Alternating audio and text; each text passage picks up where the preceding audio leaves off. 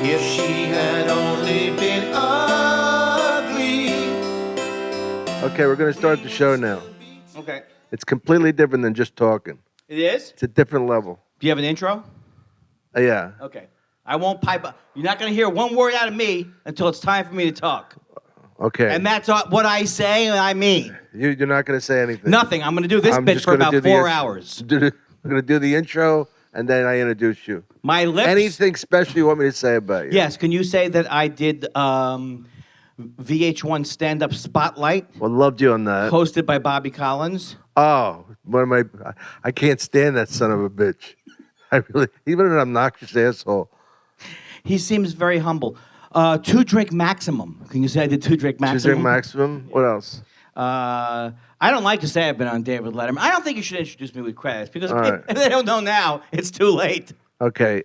Welcome to Dom Irrera live at the Laugh Factory, live from the Laugh Factory with my friend and one of the funniest people that I've ever met, a comic genius, a man who puts down comedy and yet pulls it up somehow and pulls it off.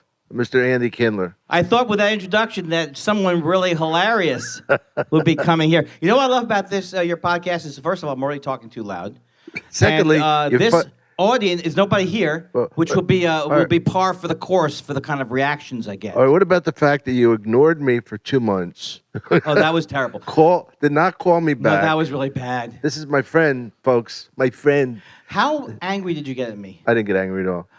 But because I know you, and I know that you're fucked up, and and because of that, I take sympathy on Susan, your wife. My wife, I mean, God bless her. Or my ex-lover, as we. Don't say that, please. Can we take that out? You really want to take that out? No, I'm kidding. I'm pretending as if you had an affair with her. Okay. Yeah, no. Don't say about that because I haven't gotten over it. I have to, Dom, but you? No, so you're using Cialis or Viagra? I'm using both. You know, I take it every day, even when I'm not fucking, just because I enjoy having a heart on. Is that wrong? Well, look, I learned that with you when we were in the condo in Milwaukee in '83. Why are you turning like that? I don't know, because I thought that would be... Dom never had this... Did you ever have to stay in condos, or you never had to do that? You were always a hotel guy. Only the Denver one, but that's really that's nicer than a 5-star hotel. The Denver they haven't booked me in 25 years. What did they say, your act? Yes, that's what the problem was. That's what I'll do. That's what the problem was. The Denver one, when I do the South Side, not the one downtown. There's two of them. Oh, I didn't know there were two. Well, you would know. They don't book you. I did the one in Fort Collins. I didn't even know they had one there. Because that would have been too small time for you. That's for the B acts. Are you a B act? I'm not a B act. Are you an A act? You know, let me tell you something, Dom. In the future, everyone will have 15 minutes of B-roll. Your body is especially gyrating today. Look how last time we did the show... Maggie, what do you think of him so far? He does. That doesn't mean I'm funny. No, he's not particularly funny. Take that out. Take out her energy line. Not funny, but he's verbose. Take that out. He beats you. He beats you to death with his comedy. Now, you know, the greatest single laugh I ever had when I did Supreme Court of Comedy was you becoming shorter and more Jewish. Right. I don't know what you were doing, but you kept getting lower, and your feet were going into the ground. I had to stop the tape because I was crying laughing. That's the first time that someone had to stop tape on me because things were going too well. Did you? You get a lot of exercise. You get a lot of exercise when you do your act, don't you? As I get older, though, Dom, harder to go back. Harder to go back. You can feel it. Now, did you see the picture that Tosh and I sent you? That was the greatest thing. I'm working the crowd. That was the greatest thing because I was on. Because first of all, you've been supportive of me. You've loved me. You're not the one who didn't return his. You know how terrible I felt not returning your call, but not so terrible that I would return it. That's how I keep a leg up. You did with some bullshit apology about getting a condo, like other people don't get condos. I never got a condo before. It was such a meaningless apology. I just wish you'd have said I'm sorry or said nothing. I get it it's an online. The excuse was so terrible. Hey, Susan and I were getting a condo, so I couldn't call you back. So you didn't call anybody back for all the time you got a condo? Well, look. What about if you got a house? I get excuses from a website, and this is the one they suggest. I use my dog ate my phone too often. My dog did my homework. Everyone in my family dying doesn't work anymore. Now they're all dead? No, they just don't. Just emotionally inside. What podcast host 3 minutes in has to hydrate? You know what I'm saying? What are we on a hike? I'm out of breath. Are you? Look at it. We both have about 4 or 5 drinks. You gotta have fluids. Hydrate your fluids. Okay, so the thing about that. Oh, the audition today. Then last night he calls me up. Fucking pain in the ass. I know. He says, audition got canceled. I have to move. I might have an audition. I know. This is how important the show is to him. It's also how infrequent auditions are for me. Why do you audition? Don't they know you by now? They do know me, and what their thing is, Hopefully we think it's not better. happening. Prove it to us that it's not as bad as we thought. Now, what's a guy like you? Now, because I struggle with this too. Be on like a really wholesome show like Everybody Loves Raymond. And how do you, and you know that you don't like those kind of shows. Right? Well, I mean, what are you saying? No, Well, I thought the writers are all friends of mine. But let's face it, it's hard to write a sitcom and not be a little corny. Well, my act is TV clean, unlike you, who's always up the puppet with the thing and coming out of the other end with a situation. First of all, I don't talk about pussy. I never say the word nigger, and I don't say cunt. So why am I dirty? Are those the 3? Is that the 3 things that's part A. No, B, number B. 2. I never talk about rimming somebody's asshole because I find that vulgar. I find felching disgusting. So you have when you certain... actually like a person shoots their load and you shoot it back into their ass. I don't understand that one. I don't understand that. Well, one, let me show you. The best way is to show you. My parents were going to listen to this podcast. Oh, good. Now they will not listen to it. Let them listen. They'll have to interrupt their own procedures. Really? Were they going to listen? No, they don't. Because everything with them now is, I can't get it. I don't understand what you're saying it is. My mom has a modern computer that she does not use in a modern way. Remember the Woody Allen movie, Take the Money and Run, where his parents had Groucho Marx disguises on? And the mother said, he's a good boy. He's a bum. He's not funny. Do you remember that? You know, it's so funny because I saw that movie. I realized because I'm a huge fan of Woody Allen, but then I always concentrated on the Annie Hall, Manhattan, all those things. But I saw all the other movies, but I was watching Bananas the other night. I realized I hadn't seen that since it came out. You didn't laugh? Oh, I thought it was great. Oh yeah. But I didn't remember the Cosell thing or any of it. How about when he ordered the sandwiches? Oh, I still have to watch the rest of it. Oh, Every one of those movies are hilarious. Yeah. They're all hilarious. Sleeper was great. I loved there's another one. There's was he talking like Bogart? I don't know which one. Is this one that Louise Lasser keeps saying why she's not brave? Is it because I'm this? That's no. Bananas. Yeah. Yeah. Is it because I'm short? Yeah, but it's not that. Is it because? Yeah, but it's not whatever she said. Yeah. That's not the whole reason. Yeah, it was. And then he goes, "That's okay. I'm like a cat. I always land on my feet." He just starts crying. Yeah, he should have never given his kid a bath. That changed his life. His stepdaughter, Sun Yi. I don't know if it is. Woody Allen came up to me one time and said he liked my work. And what did you do? Really? Yeah, he said, "I love your work." He shakes my hand, looks for me right square in the lapel. Yes. As only he would. Because he's short. But he's also shy, you know.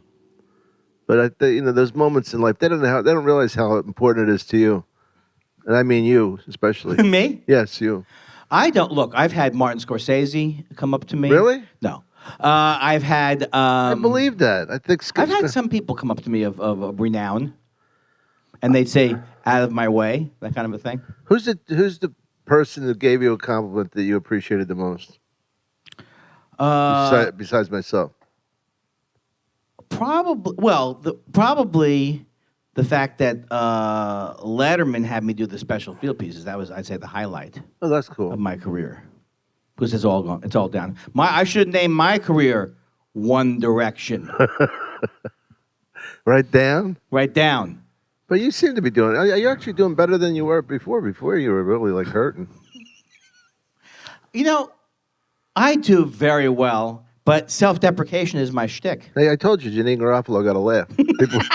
People were talking about it. He tells me last night. He goes, "I heard Janine Garofalo got a laugh. Is that true?"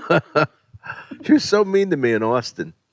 All I did was be nice to her. Really? Yeah, This last trip? Yeah, well, first of all, she cut up your pants. He goes, you could believe he's still wearing pants. He's still wearing those black pants. And I'm thinking, I don't follow your pants to know whether you changed your black pants or not. And then they were talking, her and who's the bald-headed guy that gets Norton. Right. They were talking about something, and I said something, and I misunderstood what they were saying. She goes, "Do you believe this guy? Is this guy for real?" Like But that. she had to be kidding, though. No, she wasn't kidding. I just wanted to punch her right in the fucking face, you know. And you know what I did? I was just nice to her. And then she says, "You're a sweetheart." And I'm thinking, "You fucking cunt." But I didn't say it. Because it was on Mark Maron's podcast. I don't want to ruin anything. Oh, that was very funny on that podcast. I remember that. I listened to that podcast. Did you? It was live podcast. Were you on that one? Yeah, you were on it. I don't think I was on that one. Yeah, because that's where she said something about your pants. And the clown was downstairs. Remember Puddles the clown? Oh, There was this fucking clown, Puddles. Remember Puddles? I actually like Puddles. All right, I like Puddles too. Hey, don't start on Puddles. All right, cut that out.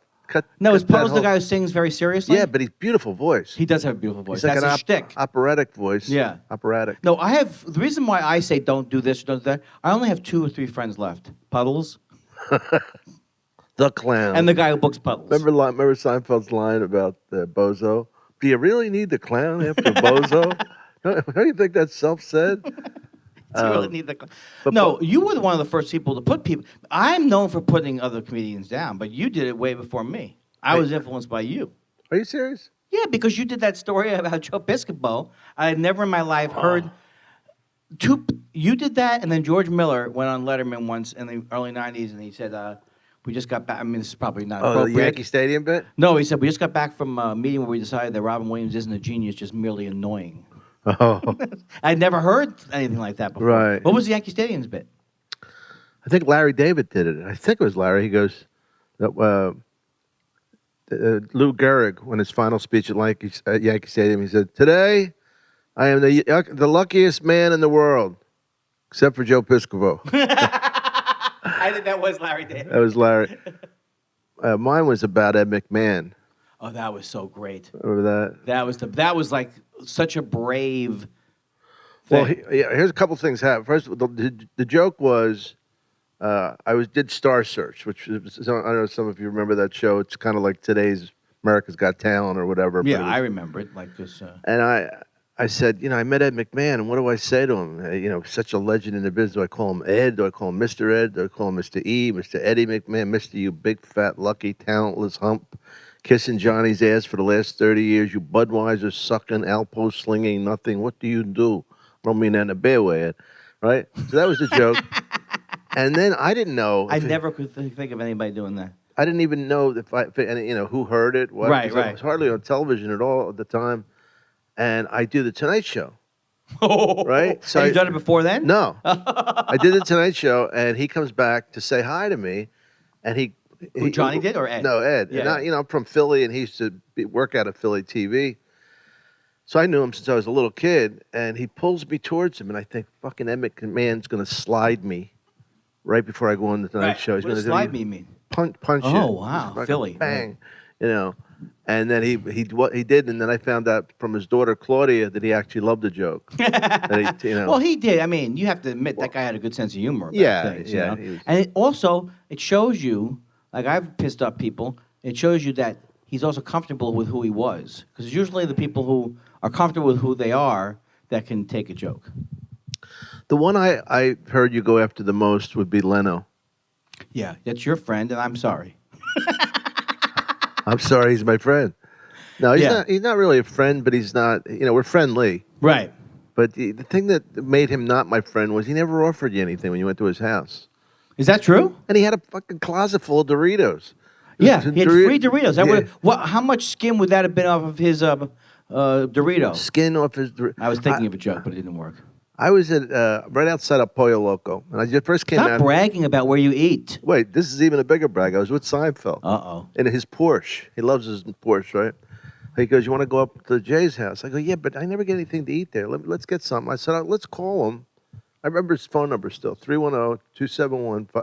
Anyway, I call him up. I go, "Jay, we're coming up. You want something? We're going to pick up something at Pollo Loco." He goes, "Nah, I don't pick up anything. We got plenty of stuff here for him." Right? Are you kidding me? I swear to God. So we go. You brought no food. No, he had food. He had a sandwich he couldn't even bite. It was a triple decker, and he didn't offer. We went swimming and stuff. Come out, I'm fucking starving, and I'm looking at the closet full of Doritos, and nothing. I thought you were joking about it. No, I'm serious. Because he got free Doritos because he used to do a commercial for them. Oh, I remember that. Hey, And- we'll make more. Bacon sandwich. It's not a degrading imitation at all. Now, did you say anything to him? No, I just didn't. I just went home hungry, and I got something when Jerry and I left there. I said, "What the fuck? What kind of? First of all, he's half Italian. What kind of Italian doesn't offer you something?" And what was Jerry's take? Was Jerry's, look, this is what happens? Yeah, he did. That's the worst Seinfeld ever. It is the word Seinfeld. Who are these people? Who are these people? Now, the thing about it is that I think it's always attractive that he still brags about, I never spent 1 penny of my Tonight Show money. I think that's a nice thing for poor people who can barely live day to day to hear. Yeah. Yeah, you have millions of dollars you haven't touched, and I can't feed my twins. Right, but tell me again how all you do is he still does 100 corporate gigs a year. Well, I remember being on his show on a Friday, going, "Yeah, I got to get out of here. I got a corporate big date, Vegas." It's like, what the fuck? What does he care? That's what he likes. He doesn't have children. He loves cars and money. My jokes are my children, Dom. Yes, My jokes are they're my your children. babies. My jokes are my children. May I say you have some retarded children? Oh, I don't like that one bit. Challenge. Yes.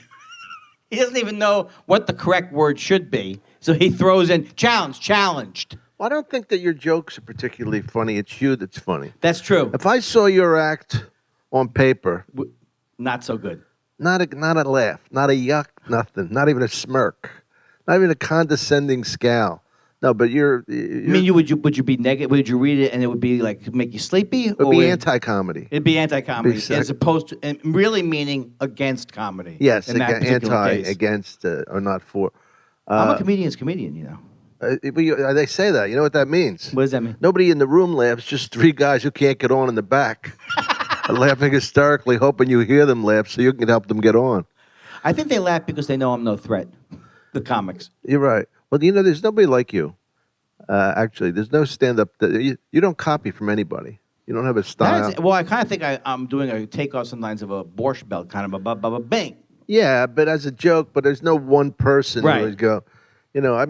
Somebody told me something I didn't get. Like somebody told me Sebastian was like this guy, and I'm thinking, geez, Sebastian is about as original as you can get. To me, Who's Sebastian? Sebastian Maniscalco or Manicotti. Is he a comic? Yeah, he's. How come I don't know about the news? Is he a new Because kid? you don't care about other things. You know what? I'm very busy. Plus, you're buying a condo.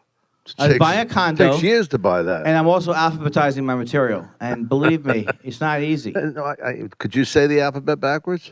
Yes, I could. No, I'm not going to do it. I could say it and also do a joke about it. Z, 100. No. Why am I still on comedy?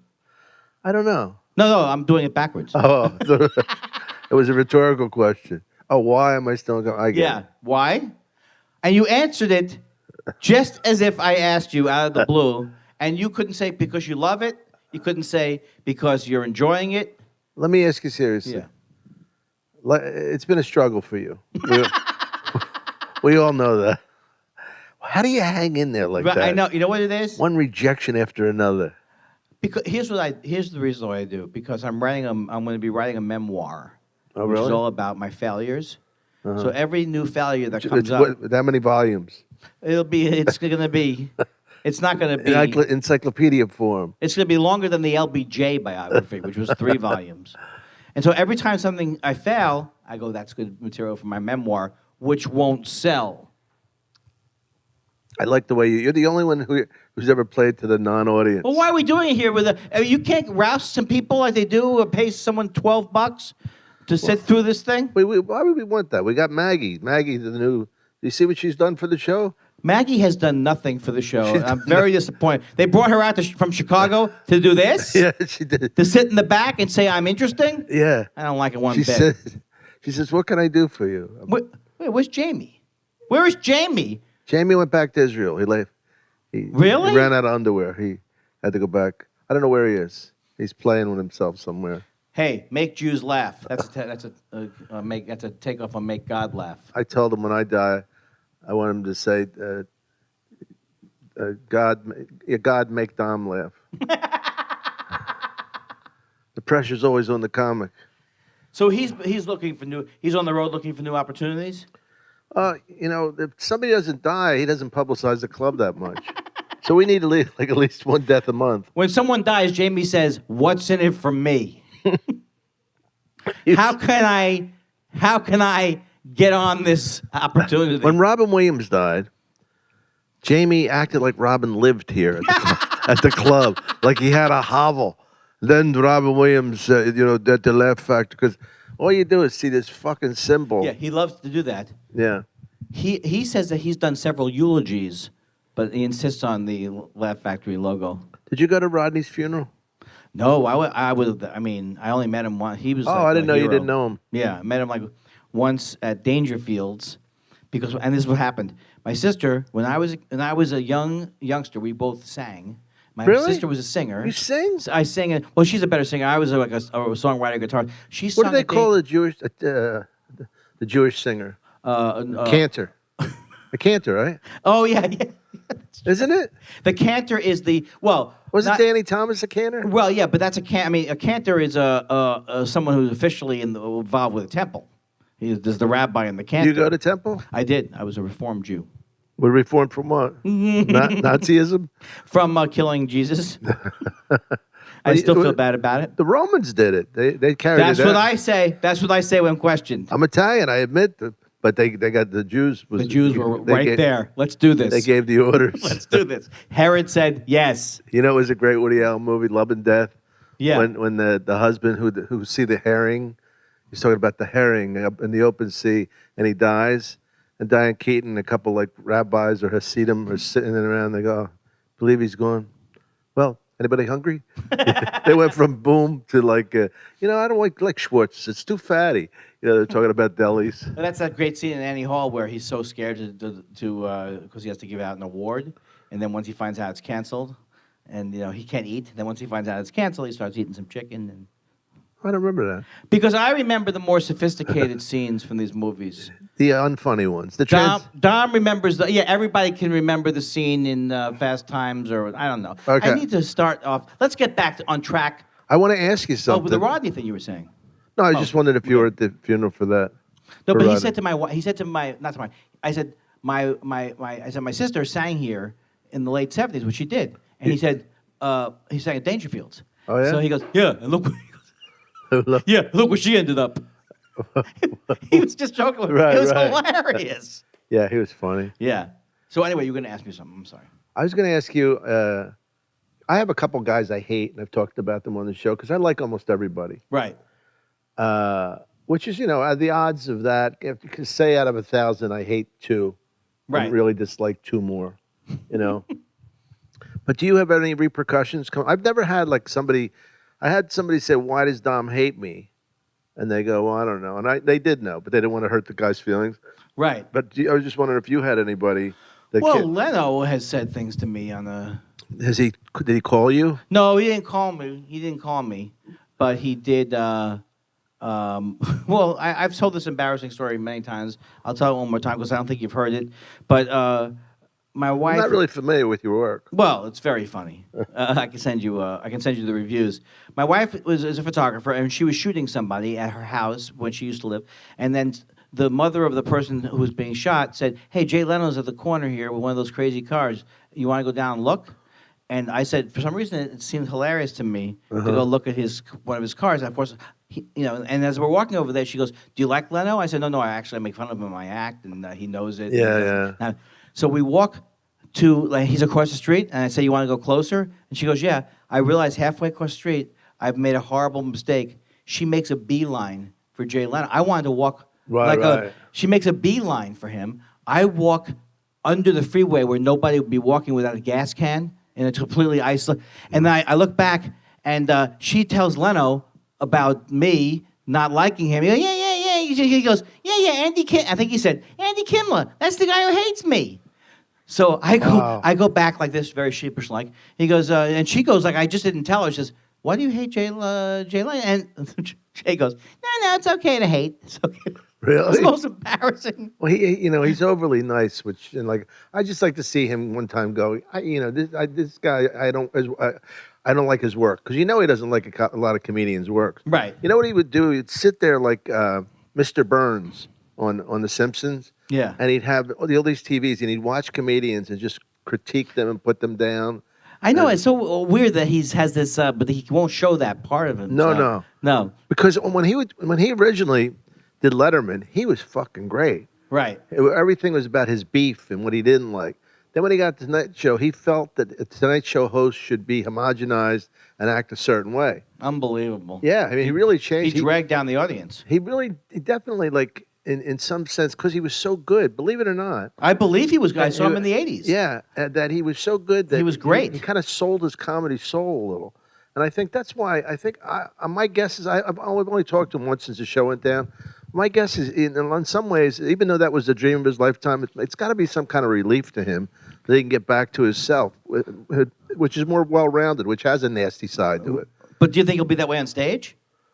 I don't know. Well, I think he would be, like at if he did like a theater or something. Right. Not if he did a corporate date. Right. Yeah. Because Why am I digging in my pockets? People want to know. I know, like Sandler. I used to think Sandler was the greatest stand-up. I loved him, and I loved him on Saturday Night Live. And then, and I was, I'd met him a few times through Judd Apatow, and I was kind of like friendly. But then when he started doing these terrible movies, I actually it was like, it's a whole long story, but anyway, I made a joke about it at the Improv, and it was a kind of a harsh joke, but... what was the joke? Well, the thing was, I'll tell you exactly what it was. I couldn't believe when the movies started coming out, because I thought, I didn't get... But I know some of the earlier movies were funnier, were like... yeah, I liked Billy Madison and a couple... You know what? Right. What are you going to say? No, the one Rob Schneider did with the animal. I thought that was hilarious. What was that one? Oh, okay. I don't know, he was like, became a porpoise, and he's doing... Right. Yeah, he was like... there was an animal inside him. I don't forget what the plot was. It was so stupid. It was really funny. Well, I guess what happened was, so there was a movie called Bulletproof that came out, and it was him and Damon Wayans, and they were both cops. Oh. So there was a line in the script that said, "The ugliest woman in the world comes up to Adam Sandler," and then for some reason that enraged me, because it's like they only have an audition now for the ugliest woman in the world. Yeah. So for some, I got it. I'm the ugliest. Yeah, so I was talking about it on stage because he had just been on Conan, and when he was on Conan, he said. Conan said, it was Happy Gilmore come out. He goes, do you need to set this up? Maybe to set the clip up? And so my joke was, you really need to set the clip up for Happy Gilmore. Otherwise, no one will know what you're watching. I'll set it up. Adam comes from under the water and spits a fish out of his mouth. He drives to a chicken coop and the feathers come around. And so I'll set it up. Adam Sandler wouldn't read a script if he held his head to the... So anyway, afterwards, one of his friends came up to me and was very unhappy with me. And it was Alan Covert. I don't know. And he's a comedian or writer? He's kind of a comedian. He's in all the movies, all the Adam Sandler movies. Oh, okay. And then I got back to Adam, and that was it. It was like I was. Was he mad at you? Oh yeah. Oh. Well, what are you gonna do? Somebody gets pissed off, but I happen to like that group. I always thought that group of guys, they never really changed. Like, I don't know what they changed in the public, but to me, like Spade and Rob Schneider and Adam, that group, I liked them. I liked the way they handled themselves after they got successful. Right. Because I've seen some people really fucking get like dicks. You're supposed to back me up on my story. You go, you know what? I could see what upset you about that situation. No, I think you were dead wrong. No, but you're supposed to say, wow, this is a tough thing. You go right into how they're the greatest people in the world. You can't even soft sell that. Well, I mean, I just think that you're mean spirited, and I don't know where you get it. Who the fuck are you to judge them? I mean, what movies have you written and produced? I'm sorry I had you on this fucking podcast with your bullshit attitude. Let me tell you something. I am the arbiter of what's funny. I look down my nose because it's large. Because I'm a Jew. Because I'm a Jew. I have a Jew nose. I remember, when I started out in New York, Jew was a punchline. Right. Like if a guy couldn't write, he would go, because I'm a Jew, folks. Like, that was the punchline. And I saw an act, and I don't want to tell you who it is because I like him. And I really like him too much because he's very sensitive. But he was so fucking bad. And I didn't go, I went with good humor in my heart. I didn't Right. go to judge. I went to I was Yeah. off in Philly on Thanksgiving. I said, let me go see a friend of mine, right? His jokes were so fucking stupid. They were non-jokes. There would be a joke like, I hate when people tell you what you got to do. Like they said, when you go to D.C., you got to see the Washington Monument. No, I don't. Yeah. That was the joke. That's a good setup. That's a joke. And he goes, the White House. People say you got to go to the White House. Fuck you. You're stupid. I don't need to go to the White House. I need to take a nap. That was the joke. It's like, because I do a character called Razor who has no jokes, Right. but just observations that don't go anywhere. And he'd be like, this is before anybody recognized me. Like I would do like on an open mic. I go, don't you hate it when you're on a bus and you mean to pull the thing to stop the car, you forget, and then you do it a block later, you got to walk back. Don't you hate that? or is it just me? Like stupid. Like, what's up with turtles? They're so slow. Pick up the pace. Like fucking, I used to do a thing called the confused hack comic. And so I go down the city hall, and there's a guy screaming and yelling, and that was the mayor. I would be. Next time when you get on a plane, do what I do. Take your seat and don't cause any trouble. Hey, I was followed today. I was like, oh my God. I think it's a car with a ski rack. It's a car with a ski rack. Turned out it was just the police. Actually, it's some very good material. You should use that in your act. I have used that in my act. You could use that. I've used it. Believe me, there's nothing I haven't said that doesn't make it's all your act. Your whole everything. life. I'm doing my act now. That's amazing. There's no division, Dom Irrera, Your act is your life. Between me and my act. I remember when I first started out, and everybody was trying to write for me.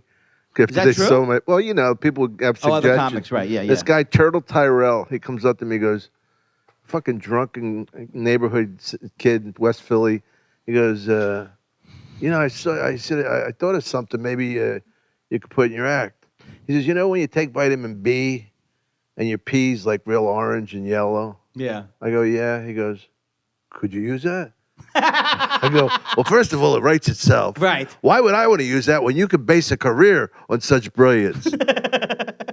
I've had that a lot with people tell I me. like that joke. Can I have that premise? Yes, you can. What's the deal, folks? What's the deal? What's the deal with this? Have you ever taken vitamin B and all of a sudden your pee is yellow? What am I, peeing out a creamsicle now?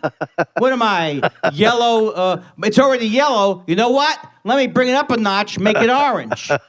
Who's the brilliant genius rocket scientist who came up with the idea of the space program? I don't get it. Who died and made Jim Belushi a big star? His brother. That's true. Thank you. This is the best crowd I've had since I've been here. Because you know why? Normally they go negative on me. I prefer the empty chair. Well, you do so much better without a crowd. Well, that's because what I do is not for the audience. It's not. It's for you. Yeah. No, because I'm doing meta comedy. Meta comedy. I always love those comedians, folks. That one was for me. Hey, do enough for you, and you'll be out of work. How about the comics who still like Bill Maher, who still? Oh, you went after Bill too, right? I can't stand him. But the only thing you got to admit, Bill. One thing about Bill is he doesn't have a pretentious bone in his body. That's the best part about him is that he. Yeah. He has no attitude. He's so friendly that you almost say, "Come on, what is this guy?" He's so friendly. What has he got? Yeah. What is this hiding? Actually, I used to do his show a lot. When he did it from New York. ABC, right? No, well, before it was Comedy on Central. ABC. Yeah, Comedy Central. I think it was Politically Incorrect. Yes, it was. And then they moved to ABC, and as they got bigger stars, Like me. like you. One time I was on there with Valerie Harper and Ray Davies from the Kinks. Oh, wow. Right? And they had a Republican on. You know how they would have like the three artists who were supposed to be left wing, and then a big dumb Republican, right? And the whole show was foiled because the Republican was such a nice guy, nobody could go after him. So there was no conflict. There was no show. But the funniest part to me was Ray Davies is standing beside me, right? We're coming on from the same wing, and I'm thinking of tax man's taking all my dough. I'm thinking like fucking Kinks. This is so cool. Yeah. And we get on stage, and Valerie Harper's there, and he said to me, "Who's that woman?" Right before I said, "That's Valerie Harper. She played Rhoda on the Mary Tyler Moore Show, and then she got a spin-off and played Rhoda on her own series. And that was the character." He said, "Oh, cool." So we get on stage. We're all discussing something, and he goes, "Well, Rhoda," and she goes, "It's Valerie, darling." And I'm thinking, this fucking guy don't even know who you are. He was just trying to be nice. Yeah. You know, so she like, I mean, she was very nice, you know, but she was like, kind of like, honey, I know you think of me as that. Fucking, it's Ray Davies from the Kinks. They don't watch Rhoda. Whatever you have to They say. fucking watch that. I would be Rhoda. If Ray Davies of the Kinks came in here right now and said, Rhoda, I don't know why I spit, I'd say yes. So what's your second after comedy? What do you like most? Well, Do you follow sports? I do love sports, but I don't follow it as much as I used to because you can't. You have to put everything else on the back burner. I used to be a big Jets fan. I still am, but that's See, I don't stick with any team that loses. Yeah, so you don't really appreciate sports. You're just you're just going out for the winner. I mean, you're not a real fan. No, I'm not. I'm not a real fan. Boom! Boom! How does he also do is it? from Philadelphia. He disarms me. It's understandable. I can't compete with this kind of B-level width. It's so low, you can't. I can't stoop down that far. Yeah. It hurts my back. A killer comic like I bet I bet on sports. So my favorite team is whoever I bet on. I mean, I change allegiance in a second. To the flag. That's pledge allegiance. Right. I was doing a joke. I'm a wordsmith. This is what people like you don't get. I'm like Edwin Newman. Well, see, I think that it's just a sentence unless it's funny. That a joke would be considered something that is that. You're old school. That's because you're old school. I'm old school. Yes, I expect there to be humor. No, not in now. the so-called joke. Not today. What are you doing then? You're teaching more. I'm teaching. I teach a workshop. Of what? It's a comedy workshop, and you know what my motto is, Dom? You'll never make it. If I can't make you funny, maybe you're not. That's an old joke, folks. I've been doing that joke since 1992. When did you get into comedy? I started comedy. I came out to Los Angeles. Tell the truth, all right? For once in your fucking life, tell the truth. I drove out to Los Angeles in 1978 in a 1972 Ford Country Squire station wagon. Everything's with 70s. In the 70s, after college, and I was a musician. I was in bands. Yes, I was in the bands that you remember. Nobody looks like a rocker more than you. Yeah. Rock and roll. Yeah, when you look at me, Kindler. People say, wow, he's dangerous. Can I approach him? He's like, wasn't Lou Reed Jewish? Was he Jewish though? Who's a hot Jewish rocker? Bruce Springsteen. No, Bruce isn't Jewish. I don't think he is. He's like Dutch and something else. Yeah, I know, but he thinks he's Italian. Thinks a little bit. Oh, he does? He has a little thing? Well, what's his name is Italian? The Miami Steve Van Steven. Why am I calling him Miami? Well, Steve Van Zant's not an Italian name, but Steven is Italian. Where did I get Miami from? I don't know. You just made it up. It's not Miami Steve. Is it the Miami Sound Machine? That was my favorite band. Oh, no, it wasn't. Do yourself a favor and listen to KC and the Sunshine Boys. That was a group. That was good music. Favorite? No, I 84. I started in 84 with a. I was in a comedy duo. I started at Igby's in a comedy duo called Andy and Bill. Bill Bill Cosby. Who? Well, when I was on this show called the Best Show, which was a great show, and he was doing this character called Gary. This is your Bill? No, this is Gary. This is an actual show, and I saw it was Andy and Bill, and he asked me which one were you? He asked you? Yeah, on the show. I don't tell anecdotes. What I do is my anecdotes are more like Mad Libs. I leave out all the important facts. Why am I working to the crowd, Dom? What's wrong with me? I love the can't fact look a man like you in the You're eyes. the first one that ever came here that hardly ever looked at me. That you're so fucking wacky. That guy knows what I'm talking about, right? That lady's like, that's a very black colloquialism of that. You know what I'm talking about. That's what I'm talking about. I'm thinking, I don't know. I really you don't know what you're talking about. Right, yeah. Actually, explain it to me more. Well, how about when people go, that's what I'm saying. Well, that's what I'm saying. That's what I'm talking about. Yeah. I had a similar one. Mine was, that's what I'm referring to. Nothing. Yeah. Got nothing. Well, that's why I don't have a hook, because my hook was too long. What was your hook? I can't believe that actually happened to me today again. You believe it? I couldn't get it on any mugs No, or T-shirts. that was your problem. Yeah. I always told you, keep it simple, like Larry the Cable Guy. He's not funny, but he keeps it he's simple. funny. Let me finish. He's fucking funny. You really like him? I love him. I will say this. Dan Whitney, do you know the real Take Dan Whitney? Prilosec 1 hour before watching Larry the Cable Guy. Wow! Did you ever see his face on that? I know him very well. I know him as Dan Whitney. You know he's funny as Dan Whitney. You don't think? Oh, Larry... it's Dan Whitney. I didn't remember him as Dan Whitney. I think he's funny. I mean, no, I don't think he's funny. Why am I going with this guy? You don't have to. I don't think everybody's funny. I happen to love the guy. I don't like the whole hook that he has. You know what I'm saying? Get her done. Let me tell you something. We were working in Atlanta together, and it was like, I'm sure it was the end of him ever middling. He was so fucking strong. And As Dan Whitney? Mixed. He was mixed. Right. But he did Larry the Cable Guy, and I go, Dan, you're really getting. I got to fucking dig in to follow you, jeez. Because first of all, we're in the South, which put me at a disadvantage. And he's such a good guy. He goes, Dom, he says, I won't want to follow you in New York. I said, that's not the point. You're getting. And I wanted to tell him, this is how bad a manager I would be. Right. Drop the fucking Cable Guy thing. You're better than that. But you're right, though. No, but he would have never been a star. And wouldn't the world have been better off? How come as soon as I say someone I don't like, he's right like, oh, that guy was the best man at my wedding. He's the nicest guy in the world. There's a better place in the world. But it shouldn't be about the people we don't like, folks. It should be about the people we like. It should be It should be like. Didn't that make you feel good with me and Tosh loving you from That afar? was fantastic. I know, and you know what? I swear to God, and I don't want to make it the Sammy Maudlin show, but we actually watched your set on Letterman and laughed. Daniel's girlfriend and I, the three of us, watched the set and laughed for real. You know, get three comics. Yeah. I went over there to watch the Miami Heat game. And you were at the Tosh residence? Yeah. I didn't know that. I didn't know where you guys were. It was like a huge. Oh yeah, that was like a stadium. That was Daniel's house. Are you kidding me? Yeah. I have a 12-inch Sylvania. Matter of fact, the next time you're on, I'll tell people where he lives and I'll give his cell phone out. You never not invited me to one of these events. It wasn't an event. It was just him and I watching the games. Unbelievable. Well, you don't. I don't know why I'm making a thing out of it. Do you watch pro basketball? I am, just because I don't look. First of all, I was all-state collegiate point guard at my ass! What fucking Erasmus High. What state existed? What was it? A territory at the time? I was this close to going pro. If I had been taller, had skills, had an outside shot, could steal a ball occasionally. Black. Not so Jewy on the court. Stop it!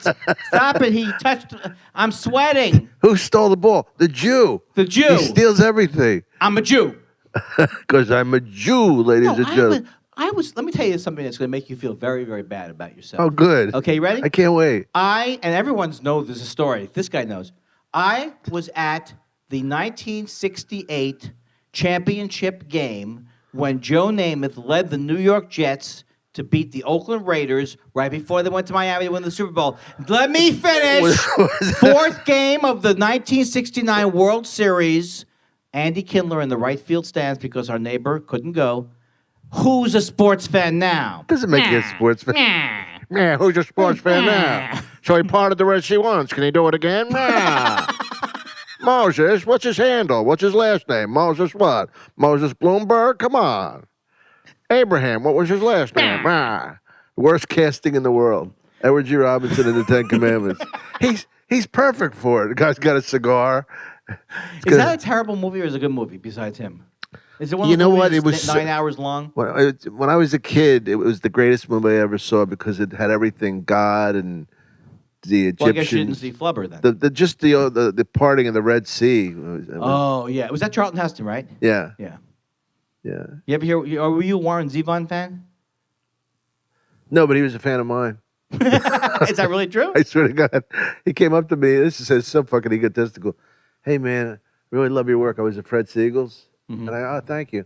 And I didn't know it was Warren Zevon. Unbelievable. Somebody said that, Werewolf of London, right? You Werewolf of London and many other songs, but and then that was it. You blew him off. I didn't blow him off. You didn't know who he was. I didn't blow him off. I said thank you. And then I would have said I love your work, but I didn't know what it was. That's what you should have said to him. I would have returned the favor, not familiar with what you do. However, Yeah. No, his music's great. Yeah. You should get into it. What am I doing? Your idea of a good song is the 1910 Fruit Gum Company's "Come On Down to My Boat, Baby." No, you know what I like? John Philip Sousa. I like marching music. I like marching bands. I don't Even like a late, band, even on a date, fucking late at night. a lazy band who just sits there and Yeah. plays. Remember in the Woody Allen movie? Here goes Woody Allen again. When he was in the marching band, but he played the cello, and he kept moving the chair. He would play a couple bars. Yeah. What was your favorite group? Well, I mean, the love the Beatles. I mean, he can't not love the Beatles. You're going out on a limb there, Andy. Look, folks. Who would have thought? I don't want to get any letters. Who would have thought you would go out and like the Beatles? But I also like I like a whole bunch of people. I like what they call root music, like Lucinda Williams and Steve Earle and all that kind of stuff. Do you still play? I do play, but not nearly enough. I'm very, very good. What do you play? Guitar? I played classical violin when I was a kid. Eat your heart out. Wow.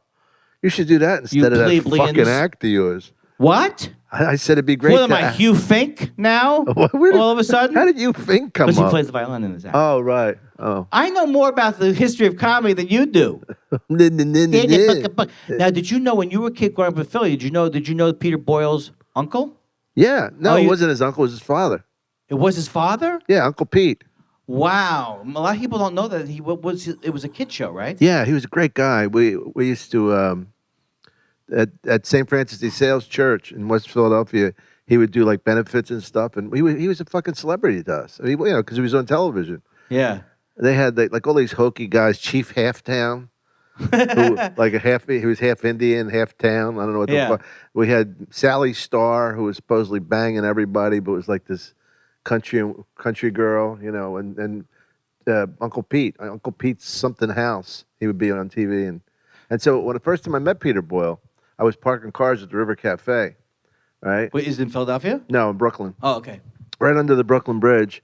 And he comes up, and he was already famous. And I said, and so I didn't say anything about him being Peter Boyle. I said, hey, how you doing? He goes, good, how you doing? Really nice guy. I go, you're from DeSales, right? St. Francis DeSales? He goes, what? I go, yeah. You lived at 50th and Hazel? He says, yeah. He goes, I said, your dad, Uncle Pete. He goes, who are you? I said, the valet. And we became friends. Oh, wow. Yeah, and it was very cool. And I used to think about him because he was such a down-to-earth guy. I was the valet at the River Cafe was a friend of his, and so was John Lennon. Yeah, he was the best man at John Lennon's wedding. Or, I don't know whether he or John was the best man at his wedding. Yeah. But that's pretty cool either way. Yes. But I loved his humility that he would hang out with me. And eventually we became friends, and then I did Raymond. I knew him from Raymond. I did more episodes than Dom did of Raymond. I only did one. I'm one and gone. I was very close to Peter. I mean, Dom had some experience with him too, but I knew the Peter that other people didn't know. The other Peter. The other Peter. The other side of Peter. I remember him when I was a kid from the movie Joe. He was great in that. Yeah. He was great in everything. And you know what? I always had a dream of meeting everyone from Young Frankenstein because I love that movie. And just to get them to talk about it. And I was doing Letterman, and I was on a flight from L.A. to JFK with Terry Garr.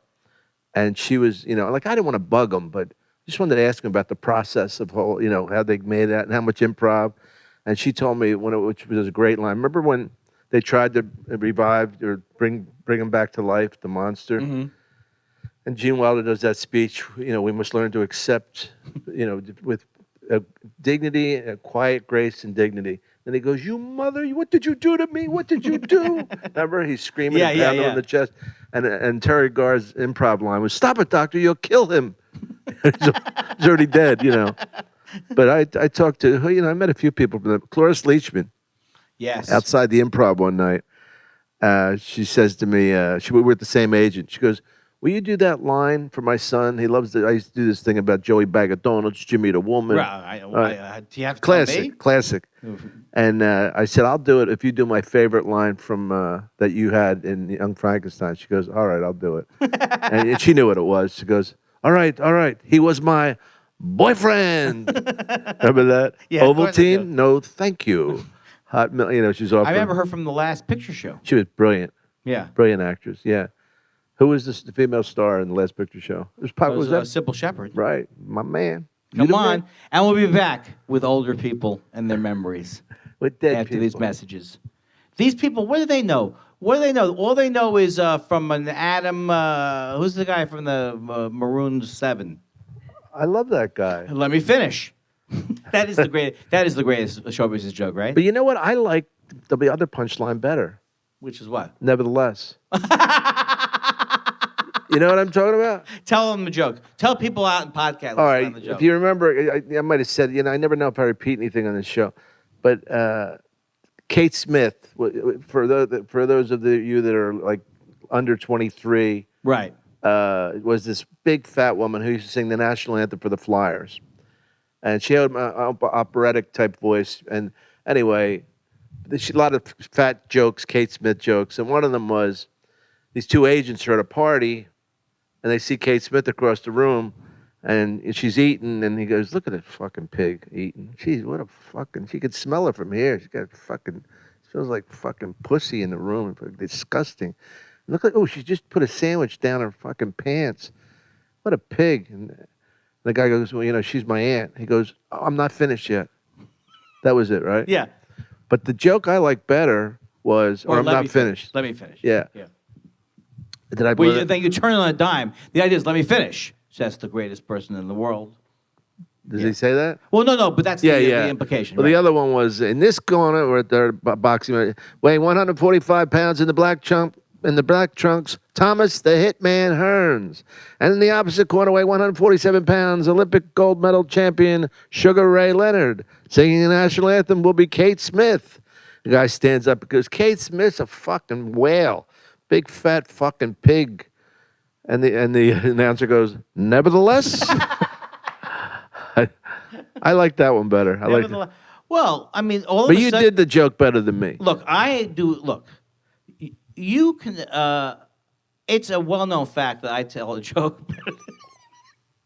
Nobody tells a long, meandering joke better like than you. me. Yeah. Better than me. You bring in people in the bar that aren't even in the joke. They were in other jokes. I make sure the punchline is not so funny that it's a letdown for people. Yes. They get used to the It's fact an even keel. that it's very similar to the premise. You know what my favorite joke is lately? The gynecologist one. I mean, yours? It's not my joke, but it's you're just a gynecologist. you know the joke. No. You're gonna know it when I say it. A guy's examining the gynecologist examining a woman, goes, "You have the largest vagina I've ever seen. You have the largest vagina I've ever seen." She says, "You didn't have to say it twice." He says, "I didn't."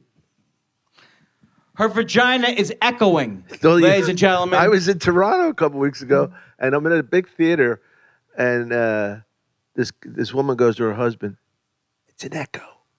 Like, who the fuck wouldn't know that? You know what? Because I'll tell you why he wouldn't know that, because you don't expect a joke like that. Well, that's the funny thing about jokes, Andy. Is it a surprise at the end? Yes. Is that what you're supposed to do? Well, that's why, yeah. Is that why I never get a laugh? You get laughs, but polite laughs. Well, I get people laugh at me. You know why you get applause breaks? Because I stopped. Because you stop. You stop until they applaud. What are you doing? What are you doing in the middle of a big pot? I can do the same thing, my friend. I'm looking to see. I don't want to keep you too long.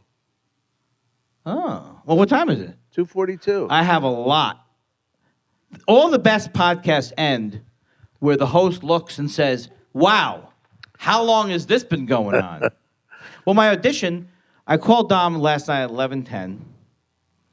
This is a great story. Great story. Great story. What did I? Sorry, you had to do what? I'm sorry I made you audition for this again. He said, "Look, have a conversation with me. I'll see how it sounds." I taped it, and I brought it to my people. Right, and they said, if there's a cancellation, we'll use him. Yes. Somebody drops out or drops dead, you're the next in line. How many hits does this podcast get? When I say hits, how many times do people throw their iPod on the ground? I don't want to hurt your feelings, but it's mostly has to do with who we have on. For instance, what? For instance, give me an example of something that would be. We have Joe Rogan. Right, big numbers. Or Bill Burr, big numbers. Right. And then we have like regular acts. Yes. That get decent numbers, and then guys like you who we want to have on just to show that we're not just about fame and success and excitement. Yeah, excitement. You know, I used to tour the country as my stage name was Lost Leader. Remember that? No. Yes, Lost I do. Leader? Yes, I do. See, always agree. I know. That comedy Improv, can't work. I broke the improv yes, rule. and. Yes, and. Also, I performed as al dente. These jokes are not quite finished. Al dente is like a overcooked spaghetti. No, it's undercooked spaghetti. No, I think it's overcooked. Maggie? But I won't tell him. I don't have the cojones. What's overcooked spaghetti? The way you prepare it every time? Look at this man. He can't. The thing is, there's only one other person that got up and danced, and it's Who? Bobby Lee. Bobby Lee? Bobby Lee. Are you telling me that he went out of his way to produce he humor? Did what you did. Are you sure al dente's not the hard? Are you sure It's about hard. that? Undercooked, hard. Oh, okay. Yeah, because I the thought more it was you mushy. cook it, it gets mushy. Yeah. I was right, but I was wrong. Is he Italian, or is that also a shtick? You're Italian. You should know the difference between fusilli, penne. I have a little machkuchakololo. A little gobbledygotts. I have a little schwavutz on it. A little gatzongul. What are you doing? Fingering a horse? Oh, I finger one horse early in my career, and he still brings it up. Oh, I sleep with one barnyard animal early in my career. I'm the bad guy. I'm the bad guy now. I sleep with one guy in high school. I work at a bathhouse for 4 years. I join the Navy and have many homosexual affairs. I'm gay all of a sudden. Just because. And a recent cruise, all of a sudden I'm gay. And my wife's name is Mrs. Beardsley. Anybody? Mrs. Beardsley? Yeah, that's prepared material, that last one. Did you really do that as a joke? I have been doing that as a joke. I know it's one of my jokes. It just doesn't get much of a response. What's your least favorite bit you do? Well, here's a bit that I think should get a laugh, but doesn't get a laugh. How about that? I do a joke that I think works. I say, Hitler used to refer to his enemies. It's already funny, first of all. I like where you're going. Go ahead. Hitler used to refer to his enemies as haters. So the joke there is that, right? like people like online when they if they do terrible things and then people comment, they go, oh, they're just haters.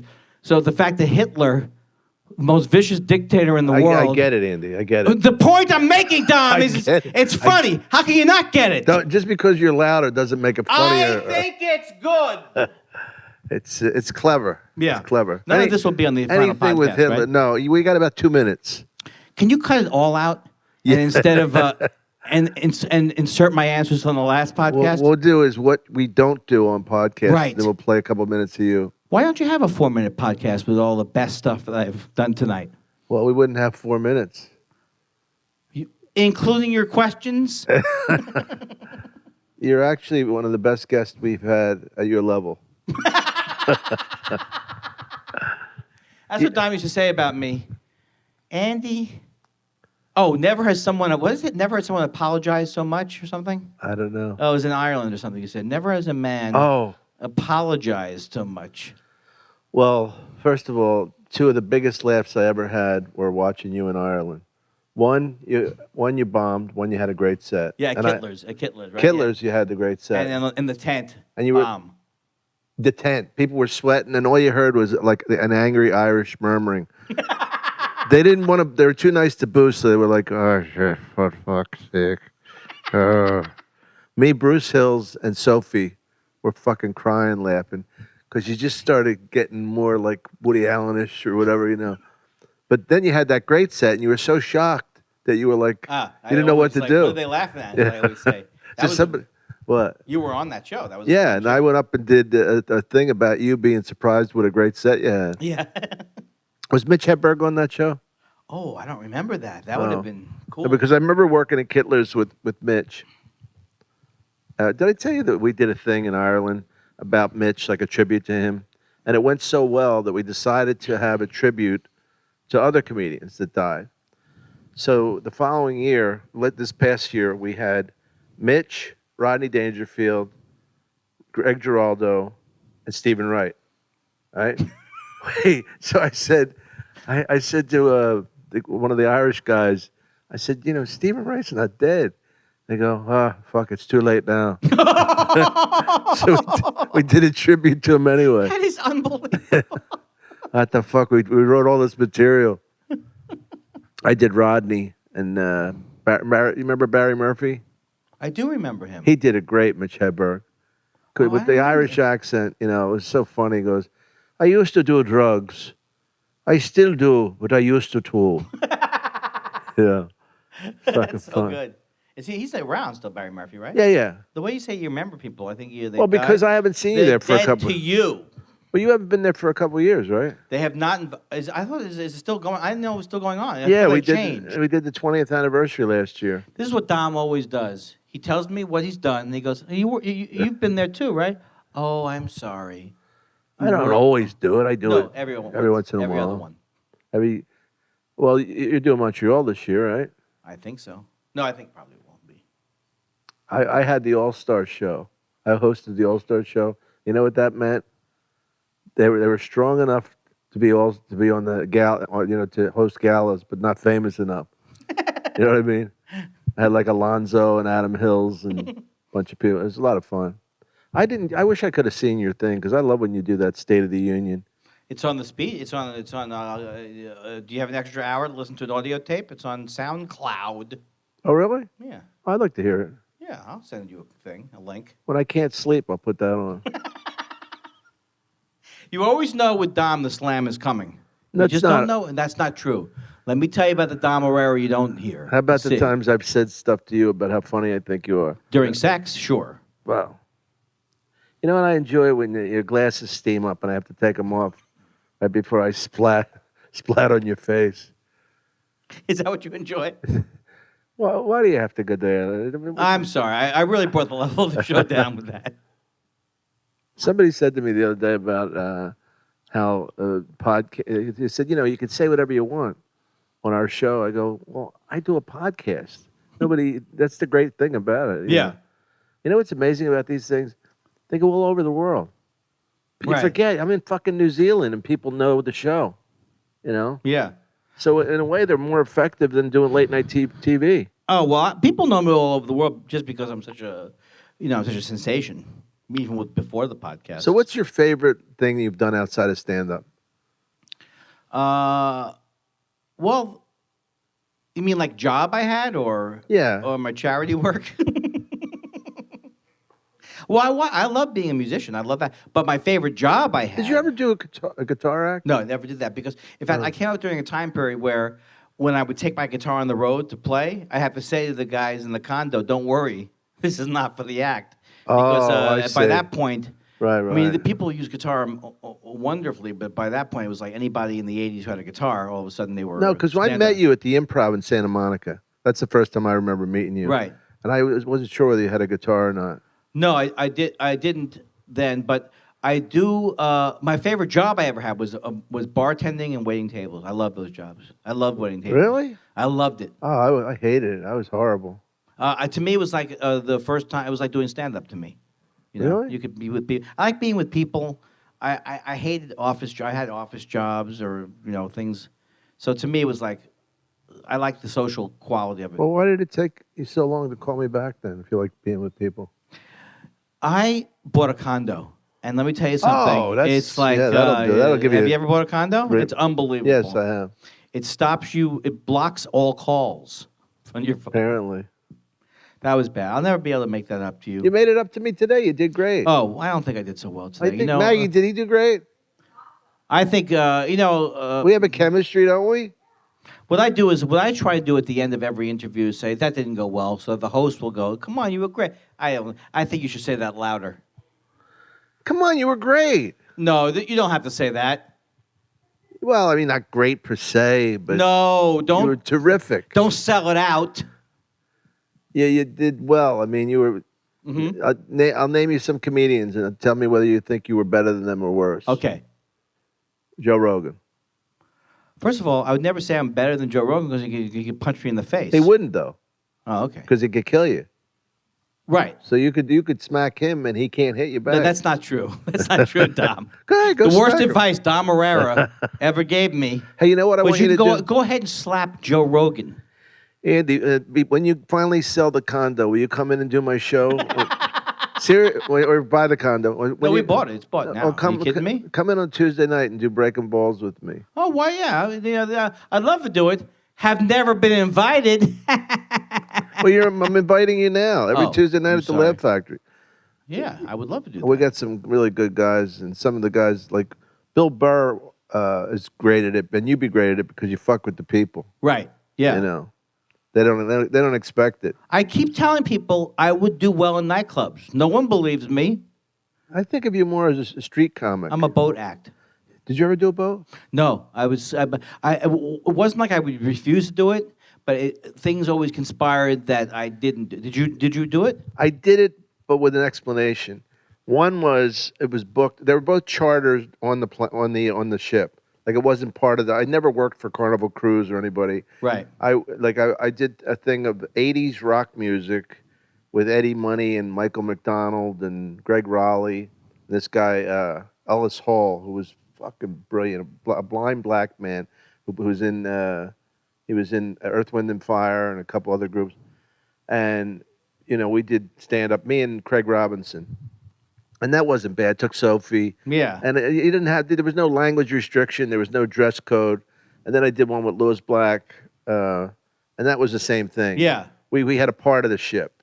It wasn't I wasn't the ship's entertainer, It's the hardest job. To me, it sounds like the hardest job. But this wasn't. This one. No, those two sound great. Yeah. No, I'm saying the regular. Yeah, the regular no, I would cruise hate ships. it. And I hate being told what to say too. Yeah. I got an offer this week to do a luncheon, right? Shit money, and they said, and you got to be clean because there's kids there. I go, you know what? Get somebody else. Right. Why are you calling me? Yeah. I don't want to do it. Unless it was really good money, then you'd be if like. If it was like $30,000, Yes. of course I'm going to do it. Clean. I'll get as clean as you want. But I mean, I'm not stupid. For that amount of money, I won't even be funny. What's the most you ever made for one show? I think it was I did like a $15,000 thing once for like a. It's kind of sad.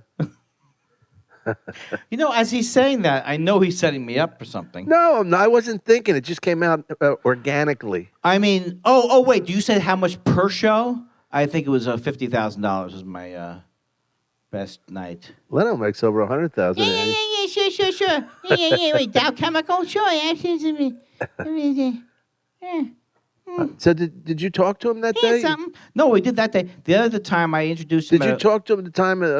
Oh yeah. It was very sheepish and. And he said, it's all right to hate. Yeah, it's okay to hate. I was like so It was like the worst feeling in the world. But then I hosted a benefit once, and I brought him up, and he goes, It kills you to do this. I bet it kills you to bring me up. Because he hears every single negative thing that people say. He's amazing. I said I used the Mr. Burns analogy. He watches and he seeds in it. He used to call. I think he called Hicks a couple of times. About his set? Yeah, Hicks talked about that. Oh, really? Yeah. Well, you know what he did to me when I first came out here? I was trying to get an agent, and the guy was Irvin Arthur, who was kind of like a Broadway Danny Rose. I remember character, Irvin Arthur. Right? And I love the guy, but didn't Rich Super used to work there too? Yeah. That's who I'm with now.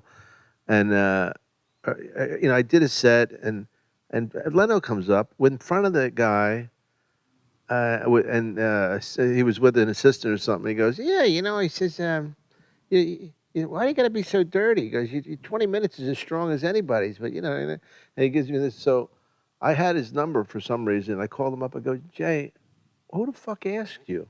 Yeah, exactly. I mean, I appreciate that you would try and help me, but you embarrassed me in front of people that I was trying to get an agent. Luckily, the agent liked me enough, but it's like why he thought he was the judge, the guy who was the go-to guy on Did comedy. he apologize at least, or? Kind of, but I mean, I didn't mean, I was doing it for you. I said, but just do me a favor, ask me first. Right. Well, first of all, why does he have to give you advice? I don't think he does. Yeah. A man of your talents. Man of my ilk. Yes. Andy Kindler, I love you. Thank you for coming on the show. Thank you for having me. This was wonderful. Tell Susan I said hi. And when I do get new headshots, the thing is I haven't changed other than the gaining 35 pounds and my my double chin. I have a 12-pack. But Sophie said to me, Sophie was this girl who I was totally in love with for years, and we lived together. And she said to me, I saw her in Ottawa, and this was so. Is that you or me? That was my tummy.